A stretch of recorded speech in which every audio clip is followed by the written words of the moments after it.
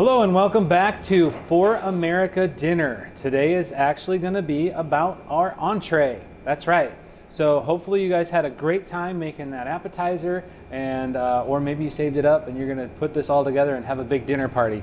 But either way, we are having fun with the For America inspired menu, and today we are doing Cubism, which is amazing. It's out of the For America section. And Cubism's influence on Art Deco, the shape of flavor. So today we're going to make salmon cubes with zucchini batone and red onion circles. So this will be fairly simple to prepare. The flavors, however, are going to be layered upon each other. So this is actually just the entree. The vegetables are part of that. So if you want to, serve it with some rice or serve it with potatoes or anything like that, you may, pair something with it that'll go really well. But for right now, we'll just walk through real quick. Basically, we're going to cut this salmon and show you a fun way to do that. We're going to prep the vegetables. We'll do that first and get them going because, like I said, we're going to layer these flavors. So once you get everything set and ready to go, then you'll be able to start cooking at home. But for me, for time's sake, I'm going to go ahead and get my pan heated up. We're going to use a little bit of olive oil to cook in, and then we're going to finish the salmon with some butter.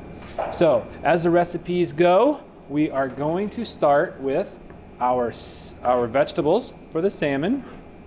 I've got the zucchini here, and the first thing I'm going to do is take the ends off, and we are making these into squares, so they're not actually going to be green when we're done. So we're going to cut the round edges off and make everything flat. Now, you'll have plenty of things you can do with this trim, but this is art. So we are going to use the center. That is how we end up with a batone. If you have larger zucchini, then you would want to just go ahead and you would buy fewer zucchini because you can use a lot more of the center that way. So what I've done is I've trimmed off what I can. The straighter the zucchini, the better, because you're going to cut away anything that isn't straight. So I've got these flattened out a little bit. There we go. And we do lots of things with these other things. We use them in vegetables. You can put them into smoothies, right? You ever had a zucchini smoothie? That's really good, actually. Okay, so now I've got my squares, my centers, and I'm going to just square those off one more time. So it's like a really big julienne, basically. And what I'm looking for to go with this is nice, crisp edges. Okay? So that's a batone. Now, you notice I just cut everything the same, or cut everything lengthwise as it came off the vegetable. Now what I'm going to do is just trim it up. And again, this goes in the pile. And this is what we're going to use for our entree. All right, so I'm going to set those aside for a minute. I've got my pan on medium, but I'm bringing it up to a smoke point. So what I don't want to do is burn my food, but what I do want to do is color my food. So the first thing I'm going to do is I'm going to cut away the red onion and just one end. I want to keep the other end for a handle. And now my goal is to end up with circles, which means I'm going to cut as straight through a whole round onion as I can get. And I'm not going to get much out of there because I don't want to take a chance on cutting myself. So be very, very careful. And you don't need too many of these. And that wasn't very straight, so I'm just going to even it up. See how that works? It's food, it's flexible. What's nice about that is you can always keep things moving. Now, you may have seen this in a hibachi place where they take the whole onion and put it down, and that's what we're going to do. There's no oil in this pan, so what this is known as an onion brulee. We're going to put it right down on the pan so that we can get some color going. And what you didn't see me do, it snuck by ya, is I took that outside ring, the whole ring of onion is gone along with the peel. So it couldn't get much easier. And as long as you do this in your kitchen near your exhaust fan, it'll probably lift away most of what would make you tear up. So this should be fairly painless. So I've got my 3 onions in there. I'm not going to use all of that. again, we're using a lot of food to make a little bit, and that's how it works. So this is all now soup stock, soup garnish, something like that. So I will get this stuff out of the way and reserve that.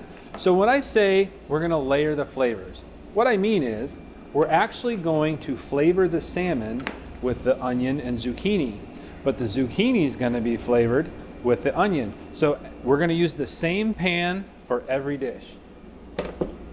The idea is that we continue to layer those flavors as the dish develops. And so we won't over salt at any beginnings or middles. We want to make sure we season towards the end. So don't be afraid, we are going to season. It'll just happen towards the end. Okay, so I've got a little bit of color going here. I can see it. You can see it kind of coming up the edge. It'll start to change colors on the outside of the onion. And what you'll see, it'll start to turn a little pale or white right around the bottom edge. So you want to cook it till it's about quarter of the way up the onion, and then we're going to flip it over. It's probably going to be 3 or 4 minutes on medium. But like I said, I've got good color going here, but I'm not burning the onion. So we're going to move on to the salmon. Now, this is my favorite part. When you buy salmon, most people want to buy it with the skin off because it's easier to work with. Well, I have found an easy way to work with it as well. However, you use it with the skin on. This dish right here is perfect for that because we're using it to cut squares out of. So the cubism comes into play for the art piece that we are making. And so we're going to square this off as best we can. It's not imperative. This thin part here, you can still use that for another dish, but we want the center cut. So if you go to the store and you can find a fillet that's been centered out already, that's wonderful. If you can find it and it already has the skin off, that's fine too. But what I wanted to show you was there's an opportunity here now to not have to skin it with a knife. You end up losing a lot of salmon that way. So I'm just going to glance over here. I'm going to give myself a little lift. See that color we've got there? It's literally black. All right, that's a bruleed onion. So I'm going to flip those over now and do the other side. Now we're not cooking this all the way just yet, and we want to keep those onions together so they hold their shape. Our goal is that we have circles at the end. You certainly don't have to do that if you're just whooping this up and throwing it on a plate. But we want to have some fun with it, and we want it to be artful. Okay, so the next thing I'm going to do is I'm going to take the salmon, and I'm going to cut it, score it, not through the bottom, just through the top. I'm going to cut 4 slices this way so that I have, see it? It's still being held on by the skin. And then I'm going to match that width coming across this way so that I have cubes, hence the name. All right, so now I've got it going all the way across, and we can start the seasoning process in just a hot second. Okay, so my onions are going. Now, they can cook a little bit longer. And since I'm putting new food in, I'm going to turn that heat up just a little bit. And then I'm also going to add just a tidge of olive oil. And you'll hear that make a difference because this was cooking. Hear that sizzle? That's the oil interacting with the moisture. We didn't want that oil in there first because it would impede the browning process.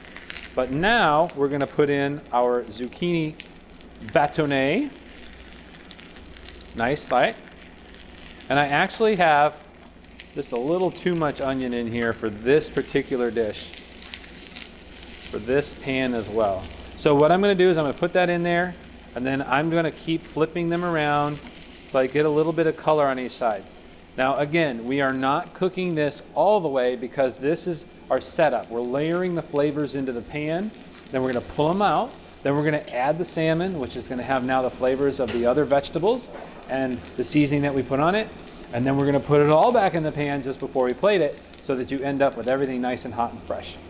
All right, so you can see my colors coming up nice there, and That means if it's browning on the outside, that means it's also leaving a little bit of brown behind. There's actually, believe it or not, sugar in vegetables. That's actually where we get a lot of our sugar. Beets provide a lot of sugar. White sugar made from beets. I never figured out how they did that. But anyways, we are rolling this through, and I am simply trying to get some color on the vegetables, and then I want some vegetables on the pan, because that's how we're going to season our fish. Okay, so that's going. I'm going to give it just a few more seconds. I got one curling up over here, which isn't going to work for me. I'm trying to make nice straight lines. So we've got this going here. Now I'm just going to season real quick our salmon. So I like to hold it up in the air so I can season just a little bit of every side. The smaller the food, the more flavor you get on the outside. And I don't know, like a steak, I love little steak cubes. You do the same thing, because with the steak, you know, it's the outside I like the most. Some people just like that raw meat in the middle with the prime rib. I totally understand that. So now I've got my salt, pepper, and garlic on there. And what I'm going to do is I'm going to go ahead and remove the vegetables. Keep that pan on. I'm going to actually turn it up now a little bit more. So I was at about halfway up, so a medium. Then I went to a little bit hotter than that, so like a medium high. Now I'm at high, not maxed out welding temperature, but really high. And so now I've got this flavor going in the pan. I put the salmon in there on top of this oil. Now watch what happens when I put this salmon in. I'm going to put it squares down, and it's going to fit in this pan. I'm going to cut it into 2 pieces and then put it squares down. Now you see how we're doing that? Okay, so I need just a little bit of wiggle room for that. Use the correct size pan for the salmon that you purchased. That'll help a lot. Alrighty, and I'm going to move this over, scooch it if you will, and then go ahead and put the rest of that in there. It was just a little too long, so now I put it in there and it's fitting just nice. So then the next thing I need to do is, could you hand me that plate over there? Any one of those plates? That'd be great. I'm going to actually cover this, and what that'll do is it'll help loosen up the skin, because that's our next little trick. So I've got this stuff out of the way. We've done all of our seasoning. We are so close to getting this done. I've got my raw hands done. I'm going to move over now to my new gloves so that I can plate this up. And a little bit of timing goes into all of this. So it's really nice if you get your vegetables going ahead of time and then you move it over into the pan at the end and you can bring it back up. There's a lot of dishes you can do that. It's not exactly a crock pot dish, but you can still do a one-pan dish and come out with something that's worth serving to all your friends. That's what I'm hoping for today. And since we're doing cubism, I thought we would use a square plate. Now, we cooked a little bit of, we cooked the salmon in a little bit of olive oil. And I'm going to go ahead and take that lid off now, so we don't lose too much of that. And you can see now the salmon has turned a different color. And look at this. The skin just peels right off. And I don't have to worry about that skin anymore. Oop, got one piece stuck there. All right, so we peel our skin off, and literally it takes 2 or 3 minutes to get that skin soft enough to come off, and you just scrape it aside, and it will come off. And then what you'll do is you'll turn the salmon over and brown the other side. Our goal, remember, is cubism. We're trying to get cubes out of this. Square is easy, cubes are hard. But more surface area makes it so much easier to deal with. Okay, so that's enough right there. And since I didn't cut all the way through that salmon, it's actually easy to just flip it over. Most of it's going to flip over on its own when I flip the middle over. All right, and you can see I've got some great color on that salmon. This is one of my favorite dishes. We like to do smaller food on a regular basis. We cut our steak into cubes. We've been working on chicken in slices, and this salmon really did come in handy for this dish. So now we've got the salmon cooking.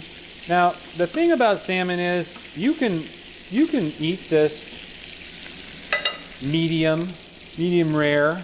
You definitely don't want to dry out your salmon. So I've worked in there. I've got the nice crust on the top side. Now I don't want to overcook it on the bottom side. That's really important. So I'm going to keep moving with it. And I'm just going to test one of these pieces that, you know, probably isn't going to make the cut for the plate. So I'm going to look inside, and it's got a little bit of pink in the middle, or the darker pink. And so I'm going to let it go for just like maybe 2 more minutes. But while it's finishing, I'm just going to move it to the side. Now I'm going to break these onions into pieces because I don't really want the middles. I want these nice rings on the outside. They're still warm, and we're just going to bring them right up to temperature. All right, so I've got that. Everything that looks nice is going in here. Everything that doesn't, leave on the side. All right. So the other thing that we wanted to talk about was how we finish this. So we did not season the vegetables. Now we're going to hit just a little bit of kosher salt. We're going to hit it with just a little bit of black pepper. You can do fresh ground. Fresh ground is going to be big and chunky. And now we're going to finish this. Remember we put a little bit of olive oil? Now we're adding that butter. The butter is actually going to finish out the salmon. I know that seems heavy, but when it comes together, it'll all make sense. Okay, so don't be afraid of butter. We use grass-fed butter, which is always really good and really good for you for about 1 million different reasons. So right now I'm going to start building this plate, and I'm going to put the onions down first because they need to be the base, and then I'm going to put there we go. So if you think Art Deco, you think of all these circles and squares that are all strung together in weird ways, and how well it went. Everybody loved it, right? But actually, it went over really well, and it really is fun when you get to see some retro action happening. So I'm moving the salmon in. I'm putting the salmon cubes around the plate, and I'm going to set them inside and outside the circles. There we are. And what you want to do is probably about 4 to 5 ounces of fish per person, depending on how hungry they are and how big their appetite is in a general basis. And that's the nice thing about these cubes is you could scooch a little more onto somebody else's plate if you think they're going to eat more. Put a little less on somebody else's plate. So right now we are finished with this dish, and we're just going to finish it with some green onions. And then I'm going to take one more piece of fish. I'm going to take this butter, okay? And I'm just going to drizzle it over. Oh my gosh. All these flavors of the onion, of the zucchini, of the salmon, the garlic, everything else has just been drizzled over the top. And now you have yourself a cubism plate. Thank you so much, and we will see you next time for dessert.